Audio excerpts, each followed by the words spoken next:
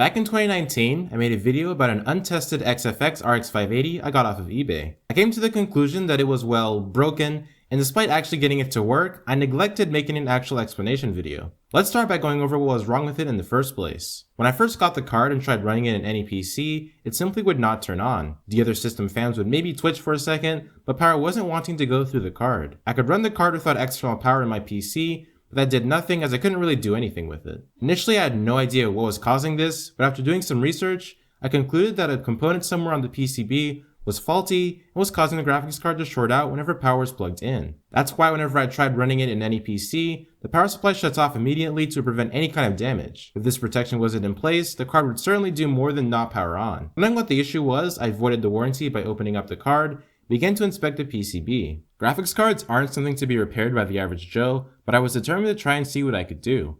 I got a cheap multimeter and began probing around the various components to see what the issue was. I used continuity mode, and basically, the multimeter beeps when I probe a component. That means it's faulty and is causing a bridge. After poking my test leads around the card, I actually found the cause of the short. One of the MOSFETs had a bit of solder that was bridging the connections. Removing it should have also removed the short, assuming that there wasn't anything else wrong with the card.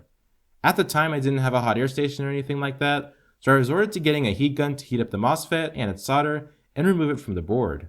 Before I went out and bought anything, I tried to find one that I could borrow. My friend Ryan said that he had a heat gun, but also said that I shouldn't use it for the graphics card.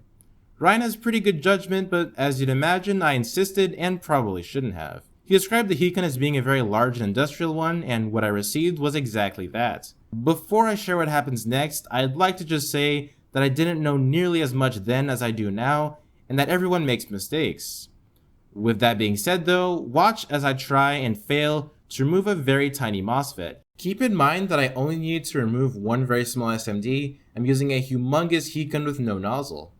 I at least had some sense and shielded the surrounding area with aluminum foil. I tried heating it up, but that tiny little MOSFET would not budge. There's actually good reason why, and if I knew then what I know now, it's not soldered on with legs or anything like that, but the joints are closer and not as exposed, so using such a large heat gun, no matter what they heat, will probably do nothing. I cranked the heat level way too high and definitely hurt the card. I also managed to move all the larger components on the VRM, and luckily Ryan was able to remove the capacitors and inductors that I messed up with heat.